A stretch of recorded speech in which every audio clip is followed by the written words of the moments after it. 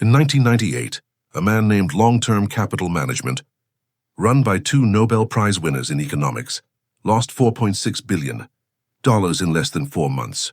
These were the smartest people in finance, the most decorated economists on the planet, and they lost everything, not because of bad luck, not because of market crashes they couldn't predict, but because of how their brilliant minds worked against them.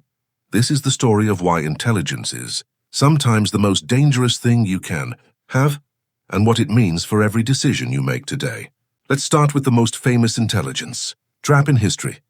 The year is 1994. Two men, Myron Scholes and Robert Merton, have just won the Nobel Prize in economics. Their mathematical models for pricing financial derivatives were considered revolutionary, genius level work. They joined a hedge fund called Long-Term Capital Management, LTCM. The fund was stacked with PhDs and former Federal Reserve officials. The absolute elite of Wall Street in the first 3 years. They returned 40% annually. Investors were pouring money in. Everyone wanted a piece of LTCM. Then 1998 arrived. Russia defaulted on its debt markets, moved in ways their models said were mathematically impossible. Their models were right, theoretically. But the real world doesn't care about theory. In 4 months, LTCM lost $4.6 billion. The U.S. Federal Reserve had to orchestrate an emergency bailout to prevent a global financial collapse. Two Nobel Prize winners destroyed by their own intelligence. How? They suffered from what psychologists call overconfidence bias, the tendency for smart people to trust their own judgment, far beyond what the evidence supports. The smarter you are, the more convincing your own reasoning sounds to you, and the less likely you are to question it. Now let's talk about a different kind of intelligence trap. Garry Kasparov, widely considered the greatest chess player who ever lived. In 1997, he faced IBM's supercomputer Deep Blue in a historic match. Game 2, Deep Blue made a move that Kasparov had never seen before, a sacrifice. Completely unexpected, Kasparov, and a man who had memorized thousands of games, couldn't understand why the computer made that move. He assumed it must be a trap, a deeper strategy beyond his comprehension. Panicked, he played defensively. He lost later. Engineers revealed the truth, that unexpected move. It was a bug, a random glitch in the computer's code. Deep Blue hadn't outsmarted Kasparov. It had made a mistake. But Kasparov's genius mind, trained to see patterns everywhere, invented a sophisticated explanation for something that was actually random. This is called apophenia, the tendency for intelligent minds to find meaningful patterns in meaningless noise. Smart people don't just see patterns, they create them even when they don't exist.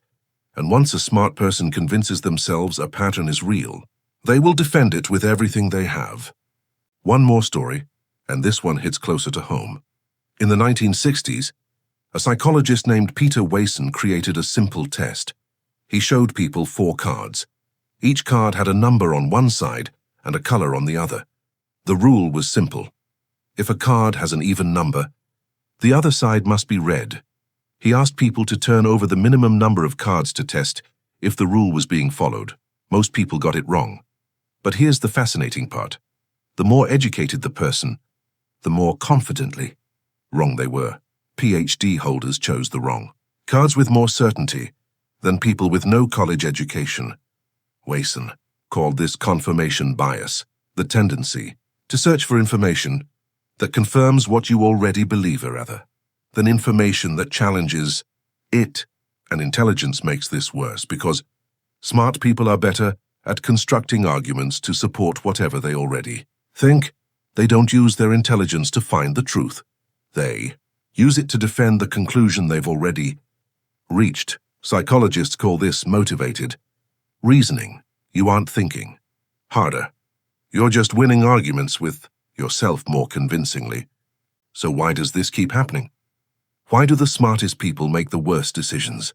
3 reasons. Reason 1, the intelligence trap. Psychologist David Robson spent years studying high IQ individuals. He found that intelligence is a tool, and like any tool, it can be used well or badly. Smart people are better at reasoning, but reasoning is not the same as truth. Reasoning is the process of building arguments to support conclusions.